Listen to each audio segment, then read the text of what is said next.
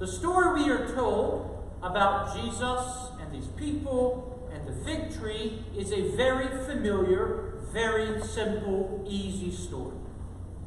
It's one everyone heard as a kid, and yet it's a little bit deceptive in its simplicity. It's what seems so straightforward and simple.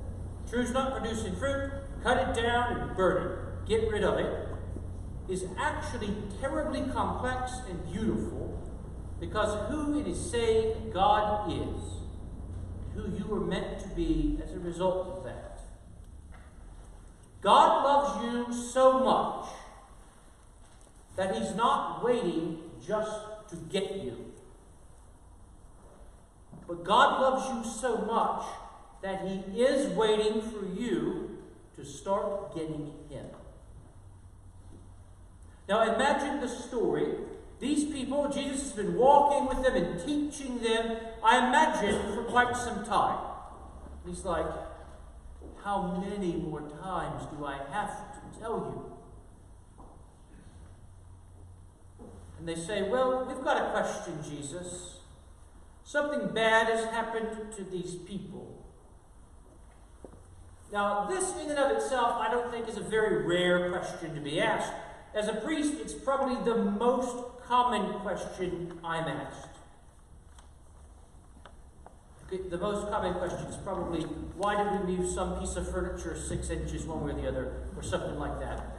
But the most common question that matters and important that I'm asked is basically, something bad has happened, why? Essentially, there are 2 options that people have in their minds.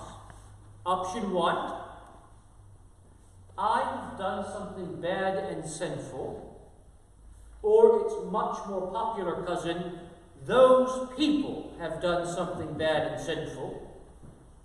It's so much easier to see someone else's problem than yours after all, because you're closer to that situation and know more about it. But those people, sometimes me, have done something bad and sinful, and therefore, God's going to get me for it. You've probably even heard people say, God will get you for that. Option 2. I don't know. Does bad stuff happen? You know what? It happens. Don't know why? God doesn't really care what you do. It doesn't matter that much. Bad stuff happens to really holy people. Bad stuff happens to really wicked people. It just happens. And then he asks them a few questions. Well, do you think those people were so much more wicked than everyone else, and that's why Pilate murdered them and desecrated their sacrifices? Is that why they died? Because they were so sinful and bad? No. Jesus says, that's actually not what happened. See, they weren't more sinful and wicked than you are. Alright, so if option 1 isn't it, I guess it just happens then, right? It doesn't matter what they did, it just happened. And Jesus says, no, decidedly not. God does care quite a lot about what you do and how you do it. That's where it gets complex. And that's where it gets beautiful as well. Does God get you for doing really sinful stuff? Is God going to get you for that? See, God's not just waiting around for you to slip up and do something bad so He can get you. If He wanted to do that, He wouldn't have left heaven and come in the person of Jesus Christ to be beaten and bruised and die on the cross for you. God's not just waiting to get you. So does God not care then what you do? Because bad stuff just happens.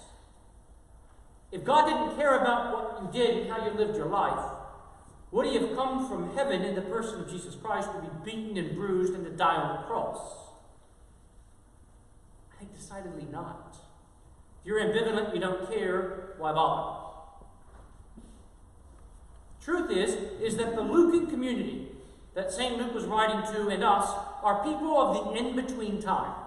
Like them, we live after Jesus came and died and rose again and was ascended into heaven, and before he comes again. This time is time that God has given us so that we might be ready when he comes again. We are like the fig tree that's not yet producing the good fruit. Cut it down. Well, hold on, let's not cut it down just yet. Let's dig around it a bit and throw some fertilizer on it and see what happens.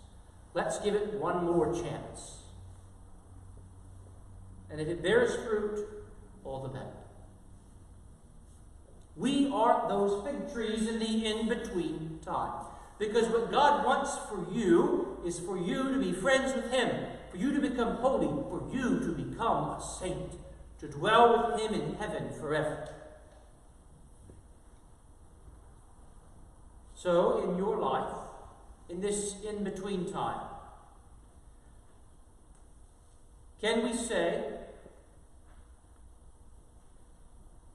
that if you're really sinful, God's going to get you for that? Or can we say God doesn't care what you do? The answer to both is no. Because God loves you. God loves you so much that he was willing to come in the person of Jesus Christ from heaven to be born of the Virgin Mary, to suffer under Pontius Pilate, be crucified, died, buried, rise again, ascend into heaven, and come to collect you someday. That's how much God loves you. God loves you so much that he doesn't want to get you. God loves you so much that he doesn't want you to be sinful. But we also can't say that God doesn't care what you do. Following the commandments, following God, doing what Jesus said to do really matters.